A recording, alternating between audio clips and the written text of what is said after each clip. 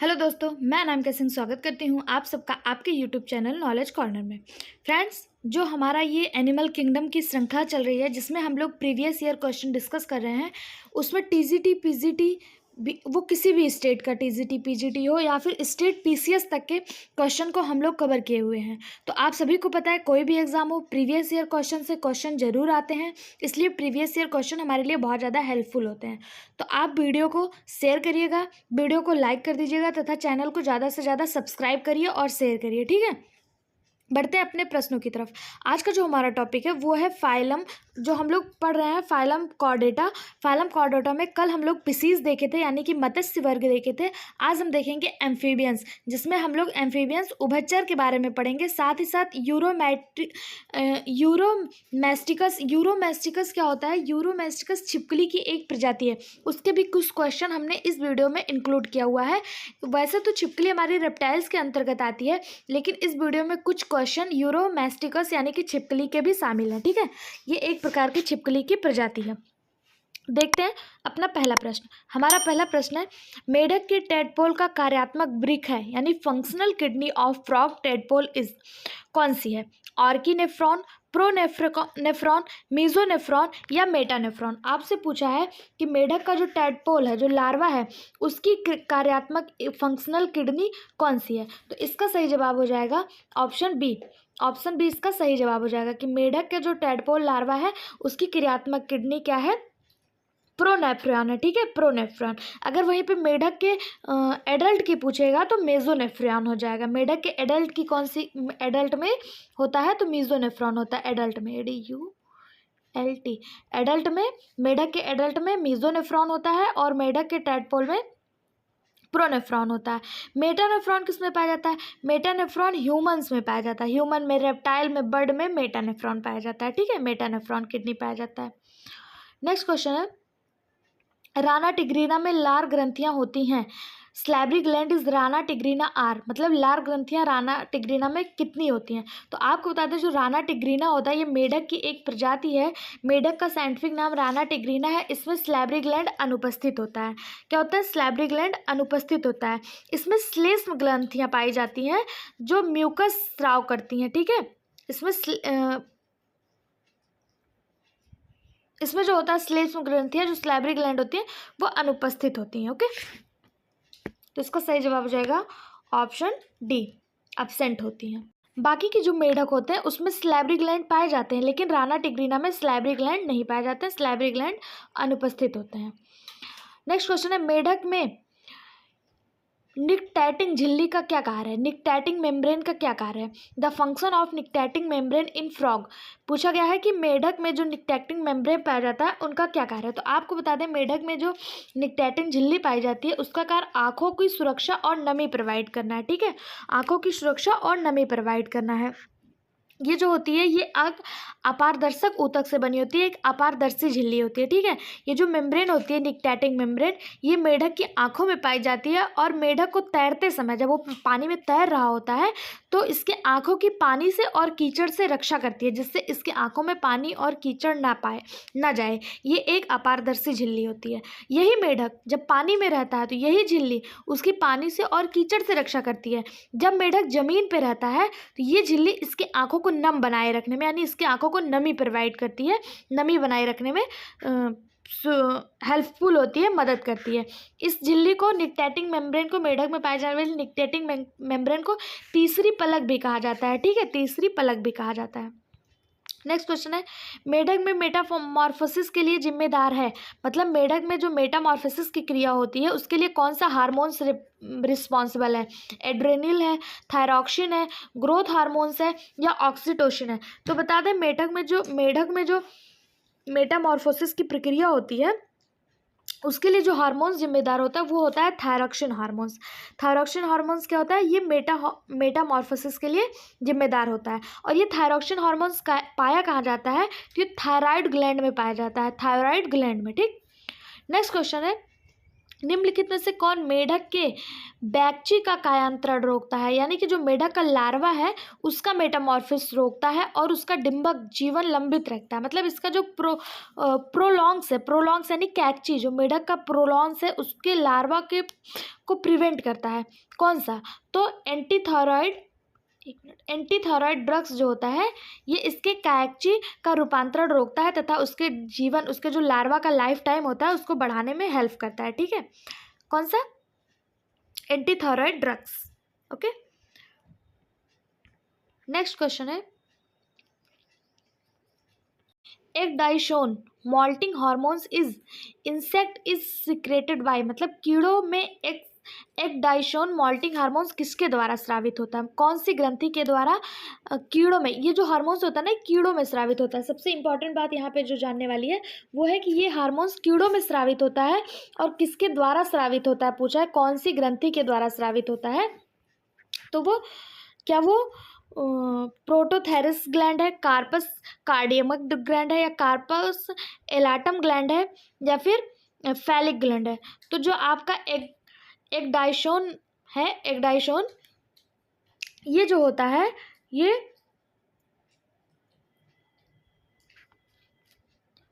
प्रोथेरेसिस gland के द्वारा स्रावित होता है। किसके द्वारा? प्रोथेरेसिस ग्लैंड के द्वारा स्रावित होता है। ठीक है, ये एस्ट्रॉयड हार्मोन्स का कार्य करता है, कीड़ों में एस्ट्रॉयड हार्मोन्स का कार्य करता है। नेक्स्ट क्वेश्चन है, कीड़ों में एक डाइशोन किसके द्वारा स्रावित होता है? कीड़ों में एक डाइशोन हमने अभी देखा प्रोथेरेसिस ग्लैंड के द्वारा स्रावित होता है। नेक्स्ट है, इनमें से कौन सा हार्मोन्स क्रमशः मेढक और कीट के असामयिक यानी कि प्रीशियस मेटामॉर्फिक को रोकता है? कौन सा हार्मोन्स है जो मेढक और कीट के प्रीशियस मेटामॉर्फिक को रोकता है, असामयिक कायापलट को रोकता है? तो बता दें, मेढक में प्रोलैक्टिन और कीटों में किशोर हार्मोन्स जिसे जुवेलिन हार्मोन्स के नाम से जाना जाता है, ये मेढक में और कीटों में प्रीशियस यानी कि असामयिक मेटामॉर्फोसिस को रोकता है। ठीक है, मेढक में कौन? मेढक में प्रोलैक्टिन और कीटों में जुवेलिन हार्मोन्स। नेक्स्ट क्वेश्चन है, निम्नलिखित में से कौन कायांतरण को रोकता है और मेढक के टैडपोल के जीवन को लंबा खींचता है? अब देखिए यहाँ पे प्रीसियस मेटामॉर्फिस नहीं पूछा है, यहाँ पे केवल मेटामॉर्फिस पूछा है। कौन सा मेटामॉर्फिस को रोकता है? तो आपको बता दें, जो आपका एंटीथायरॉयड पदार्थ है, एंटीथायरॉयड हार्मोन से सब्सटेंस है, ये मेटामॉर्फिस को रोकता है और टैडपोल के जीवन को लंबा खींचने में मदद करता है। ऑप्शन डी इसका सही जवाब हो जाएगा। नेक्स्ट क्वेश्चन है, मेढक के अंश मेखला और श्रोणि मेखला में निम्नलिखित में से किस प्रकार की संधि मिलती है? ये मोस्ट इंपॉर्टेंट क्वेश्चन है, इस पे आप स्टार मार्क कर सकते हैं कि मेढक का जो जॉइंट्स है, जिसे पेक्टोरल और पेल्विक गर्डल जो है, वहाँ पे कौन से जॉइंट्स पाए जाते हैं, कौन से जॉइंट्स प्रेजेंट होते हैं? तो आपको बता दें, मेढक हो या इंसान हो, दोनों के पेक्टोरल और पेल्विक गर्डल में बॉल एंड सॉकेट जोन पाया जाता है। ये पेक्टोरल और पेल्विक गर्डल प्रेजेंट कहाँ होता है? तो जो हमारी कंधे की हड्डी होती है, ये नेक वाली, गर्दन के पास जो कंधे से जुड़े होते हैं, जिसको हम हाथ को पूरी तरह से राउंड घुमा सकते हैं, जिसको हम गोल गोल घुमा सकते हैं, उस बोन को, उस जॉइंट्स को पेक्टोरल गर्डल कहते हैं। और जो हमारा हिप वाली जॉइंट होती है, जहाँ से हमारी कमर जॉइंट होती है, उसे हम पेल्विक गर्डल कहते हैं। और इसमें ball and sockets joint present होते हैं। बॉल एंड सॉकेट जॉइंट का मतलब एक सॉकेट बना रहता है, एक खांचा बना रहता है, इसी में बॉल के नुमा आके जो हमारी हड्डी होती है, ये हमारे हाथ की हड्डी या पैर की हड्डी, इसी में आके पूरी तरह से फिट हो जाती है और यह पूरी तरह राउंड घूम जाती है। जैसे हम अपने हाथ को अगर नेक के पास से घुमाएंगे तो पूरी तरह ये गोल गोल घूम जाएगी, उसी तरह हम अपने कमर को अगर घुमाना चाहेंगे तो पूरी तरह गोल गोल घूम जाएगी। इसलिए क्योंकि यहाँ पे बॉल एंड सॉकेट्स जो है जॉइंट्स प्रेजेंट होता है। ठीक, नेक्स्ट क्वेश्चन है, अंतरा निलय पट अपूर्ण होता है, यानी कि यहाँ पे पूछा है इंटरवेंटिकुलर सेप्टम, इंटरवेंटिकुलर सेप्टम जो होता है वो कहाँ पे प्रेजेंट होता है? राना में, यूरोमेस्टिकस में, कोलंबा में, या ऑरिटोगैलस में? तो आपको बता दें, जो इंटरवेस्टिकुलर सेप्टम होता है वो बाएं वेंट्रिकल और दाएं वेंट्रिकल को अलग करता है। इसका कार्य क्या होता है? बाएं वेंट्रिकल और दाएं वेंट्रिकल को अलग करने का कार्य होता है और ये यूरोमेस्टिकस में पाया जाता है। यूरोमेस्टिकस क्या है? एक प्रकार की छिपकली की प्रजाति है यूरोमेस्टिकस। ठीक है, यूरोमेस्टिकस इंटरवेंट्रिकुलर सेप्टम में अपूर्ण होता है। ठीक, नेक्स्ट क्वेश्चन है, यूरोमेस्टिकस के किस कोशिका में वाई आकार की सेवरान हड्डी पाई जाती है?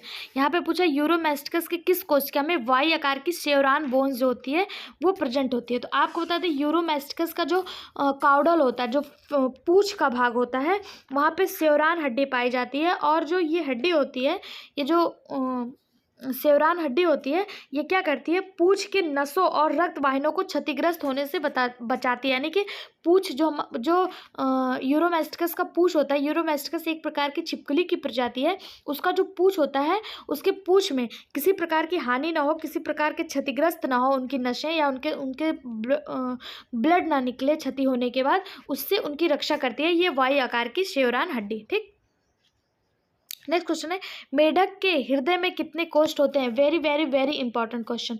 मेढक के हृदय में कितने कोष्ठ होते हैं? तो हम बात करें, मेढक जो होता है वो एम्फीबियंस के अंतर्गत आता है। एम्फीबियंस यानी उभयचर। तो उभयचर में जितने भी एनिमल्स आएंगे, जितने भी प्राणी आएंगे, वो सबके हृदय में 3 कोष्ठक 3 पार्ट्स चैम्बर पाए जाते हैं। 3 कोष्ठ के हर्ट जो होता है वो पाए जाते हैं। 3 चैम्बर हर्ट पाए जाते हैं। वही बात करें 2 चैम्बर हर्ट किस में पाए जाते हैं? तो ये फिश में पाए जाते हैं। 2 चैम्बर हर्ट किस में पाए जाते हैं? फिश में पाए जाते हैं 2 चैम्बर हर्ट। और 4 चैम्बर हर्ट जो होते हैं ये मैमल्स में पाए जाते हैं। 4 चैम्बर हर्ट किस में पाए जाते हैं? मैमल्स में। 2 चैम्बर फिश में पाए जाते हैं। और 3 चैम्बर्स जो होते हैं ये एम्फीबियंस और रेप्टाइल्स, एम्फीबियंस और रेप्टाइल्स के जितने भी एनिमल्स होते हैं सब में 3 चैम्बर हर्ट पाए जाते हैं। एक को छोड़ के रेप्टाइल्स में एक ऐसा एनिमल है मगरमच्छ, जिसमें 4 चैम्बर हर्ट यानी 4 चैम्बर हर्ट पाया जाता है। बाकी रेप्टाइल्स और एम्फीबियंस के जितने एनिमल है सब में 3 कोष्ठकीय हृदय पाया जाता है। ठीक, तो इसका सही जवाब हो जाएगा ऑप्शन बी। नेक्स्ट क्वेश्चन है, कैल्सीभूत उपस्थितियां किसमें पाई जाती हैं? यानी calcified cartilage is present in, जो कैल्सीफाइड कार्टिलेज होता है वो किसमें पाई जाती है? तो आपको बता दें सुप्रास्कैपुला में, सुप्रास्कैपुला में कैल्सीफाइड कार्टिलेज पाई जाती हैं। ठीक, ऑप्शन बी इसका सही जवाब हो जाएगा। यूरोमेस्टिस्क का समान नाम क्या है? तो यूरोमेस्टिस्क एक प्रकार की छिपकली की प्रजाति है, मैं कई बार बता चुकी हूँ। और इसका जो जनरल नेम है वो है spiny tailed lizard. Spiny tailed lizard इसका जनरल नेम है। और इसी के टेल्ड में मैंने आपको बताया था कि वाई आकार की सेवरान बोन्स पाई जाती हैं, जो इसके टेल्ड की रक्षा करती हैं, इसके पूंछ की रक्षा करती हैं। तो इसका नाम ही यूरोमेस्टिक्स का general name spiny tailed lizard है। ओके, नेक्स्ट क्वेश्चन है, Rana tigrina belong to the order. Rana tigrina किस गण से, किस ऑर्डर से बिलोंग करता है? तो जो राना टिग्रीना है ये ऑर्डर एनूरा से बिलोंग करता है। किससे? एनूरा से बिलोंग करता है राना टिग्रीना। आप यहाँ पे देख पा रहे हैं ये हमारा राजस्थान पीजीटी बायोलॉजी और राजस्थान पीजीटी दोनों में पूछा गया, 15 और 16 दोनों में कंटिन्यू आया है क्वेश्चन। तो आपको बता दें प्रीवियस ईयर क्वेश्चन बहुत ज़्यादा इंपॉर्टेंट होते हैं, घूम फिर के वही क्वेश्चन देखने को मिलते हैं, चाहे उसके एक्सप्लेनेशन से या फिर सेम क्वेश्चन भी रिपीट हो जाते हैं। ठीक है, तो इसलिए ये श्रृंखला हमारे लिए बहुत ज़्यादा इंपॉर्टेंट है। वीडियो को लाइक कर दीजिए, चैनल को सब्सक्राइब कर लीजिए तथा इसको ज़्यादा से ज़्यादा शेयर करिए। ठीक, नेक्स्ट क्वेश्चन है, यूरोमेस्टिकस के में औकार द्वारा बटा होता है। यानी कि यूरोमेस्टिकस में कोलेका इज डिवाइड इन, किसके द्वारा डिवाइड होता है? तो इसमें काप्रोडियम और यूरोडियम, काप्रोडियम यूरोडियम और प्रोक्टोडियम के द्वारा जो होता है ये बटा होता है। ऑप्शन सी इसका सही जवाब हो जाएगा। नेक्स्ट क्वेश्चन, मेढक में वाई आकार की हड्डी होती है। अभी हम लोगों ने देखा था यूरोमेस्टिका में वाई आकार की हड्डी, अब मेढक में वाई आकार की हड्डी क्या होती है? तो मेढक के टेरिगोइड में वाई आकार की हड्डी प्रेजेंट होती है। ठीक है, कहाँ पे प्रेजेंट होती है? टेरिगोइड में प्रेजेंट होती है। ये आपके लिए बहुत ज़्यादा इंपॉर्टेंट क्वेश्चन है। मेढक में हृदय धड़कन की रेट क्या होती है? यानी कि हार्ट बीट की रेट पूछा है, मेढक में कितने टाइम होता है? तो आपको बता दें जो ह्यूमन होता है, मनुष्य होता है, उसमें 72 बार हार्ट बीट होती है, 72 टाइम पर मिनट होती है। लेकिन मेढक में 64 बार होती है, 64 टाइम पर मिनट मेढक में इनकी हार्ट बीट होती है 64। और ह्यूमन की कितनी होती है? 72। लेकिन ह्यूमन में अगर हम बच्चे की बात करें, जब बेबी होता है, बर्थ बेबी, न्यूबॉर्न बेबी, तो उसमें 120 बार धड़कता है उनका हृदय। कितना? 120 बार, 1 मिनट में 120 बार। वहीं हम बात करें बुजुर्ग की, जो वृद्ध लोग होते हैं, जो एजड पर्सन होते हैं, उनका जो हार्ट होता है वो 60 टाइम पर मिनट धड़कता है, बीट करता है। कितना? 60 टाइम पर मिनट। लेकिन वही जब ह्यूमन जो होता है भ्रूण में रहता है, माँ के गर्भ में रहता है, तो उसका हार्ट बीट जो होता है 150 टाइम होता है। कितने टाइम होता है? 150 टाइम होता है उसका हार्ट बीट। ठीक है। मेढक में कितना होता है? 64, ह्यूमन में 72, ह्यूमन के बेबी का 120, और वृद्धावस्था में 60, और भ्रूण में कितना होता है? 150 टाइम होता है। ये बहुत ज़्यादा इंपॉर्टेंट क्वेश्चन है, इससे एक एक क्वेश्चन देखने को मिलते हैं। ये टीजीटी बायोलॉजी 1999 में भी प्रश्न पूछा गया था, दोबारा भी रिपीट होने की संभावना है। ठीक। नेक्स्ट क्वेश्चन है, मेढक के अग्रपाद पर अंगुलिस्थाएं सूत्र होता है, यानी कि मेढक का फोरलिम्ब का फॉर्मूला पूछा है।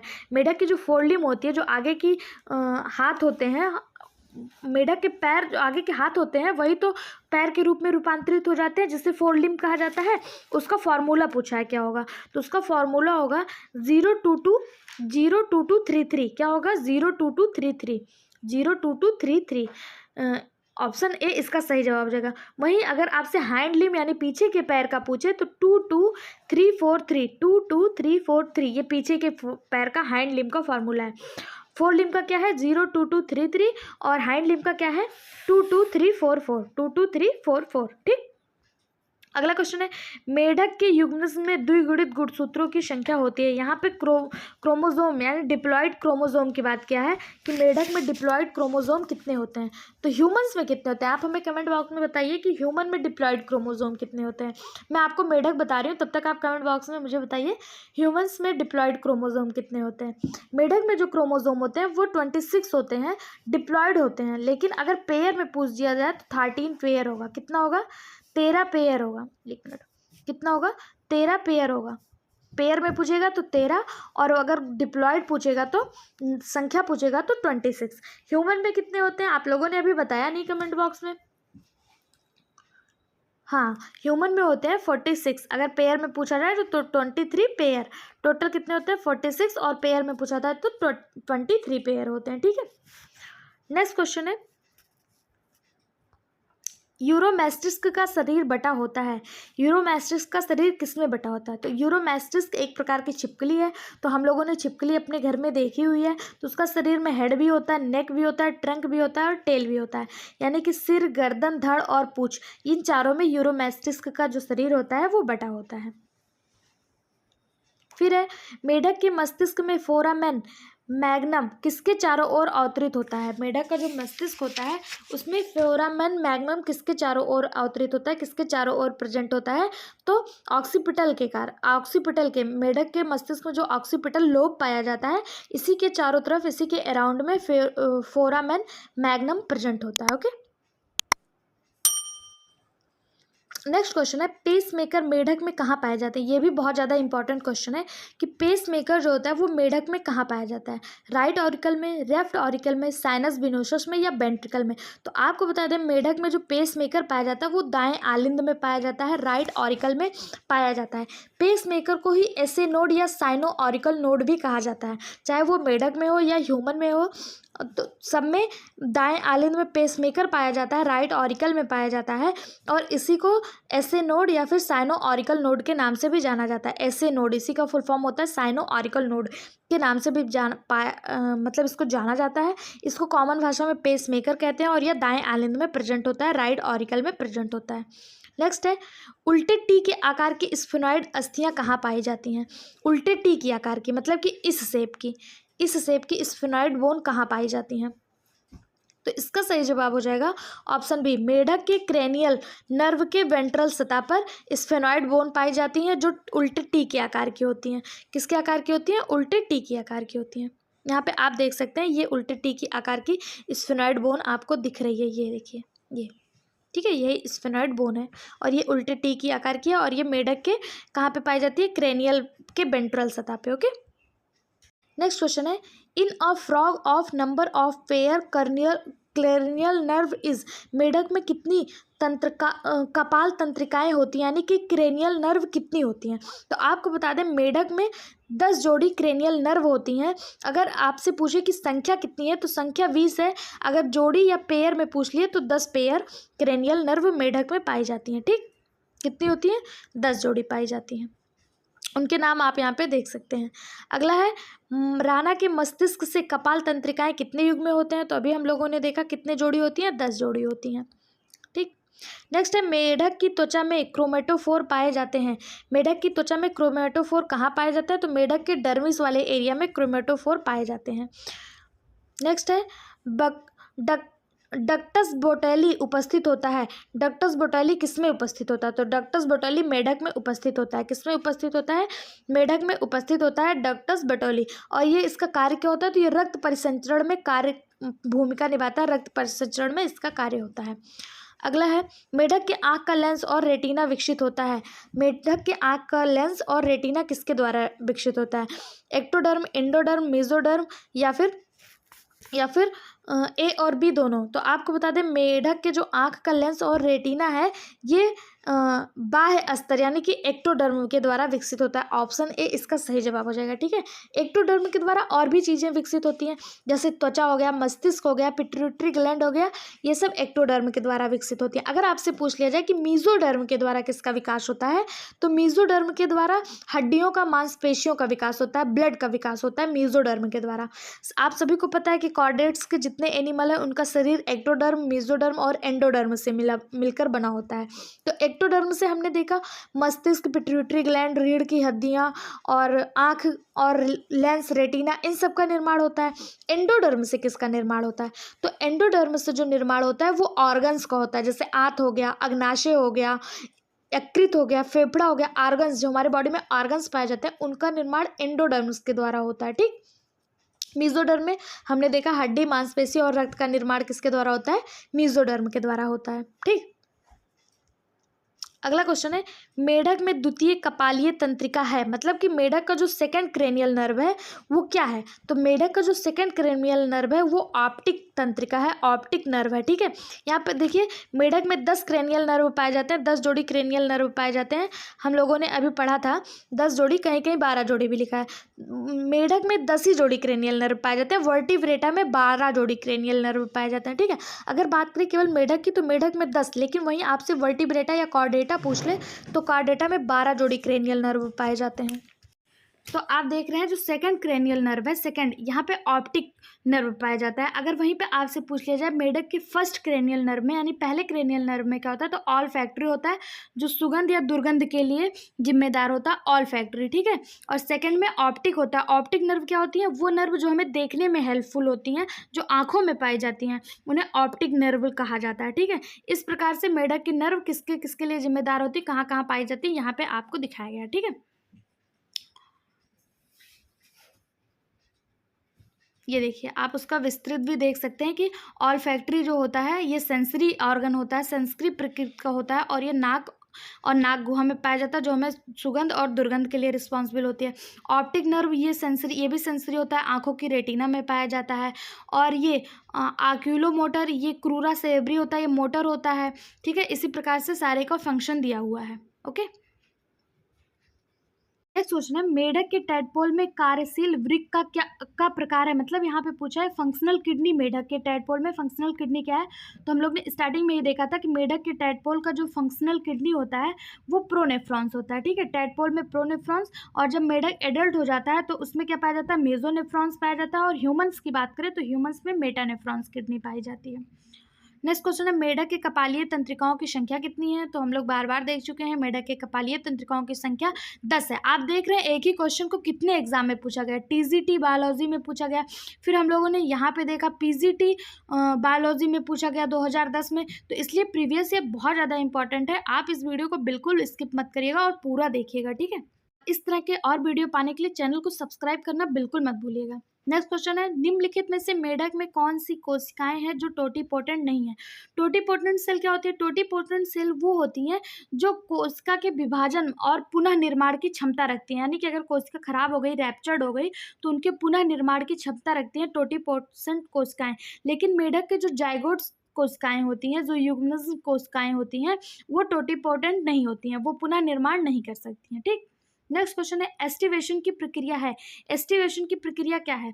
तो ग्रीष्म निद्रा यानी कि स्लीपिंग, जब मेढक जो होते हैं वो गर्मियों में अपने शरीर के तापमान को बनाए रखने के लिए, अपने शरीर के तापमान को मेंटेन करने के लिए, वातावरण और अपने शरीर को मेंटेन करने के लिए, वातावरण और शरीर के बीच सामंजस्य स्थापित करने के लिए पृथ्वी के अंदर यानी कि जमीन के अंदर, भूमि के अंदर ग्रीष्म निद्रा में चले जाते हैं, काफ़ी टाइम के लिए सुप्ता अवस्था में चले जाते हैं।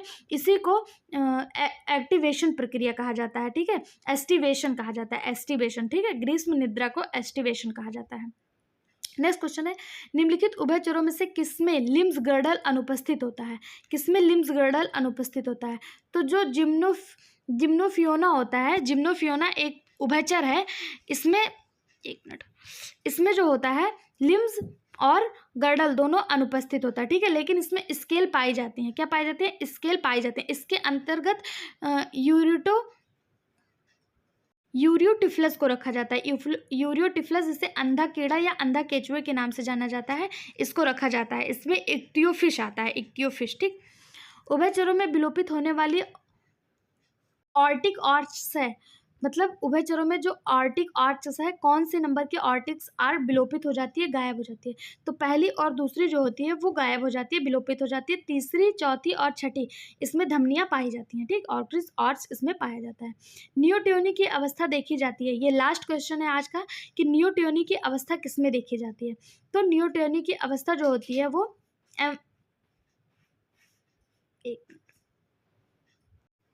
एम्फीस्टोमा में नियोटोनी की अवस्था देखने को मिलती है। कहाँ पे? एम्फीस्टोमा में।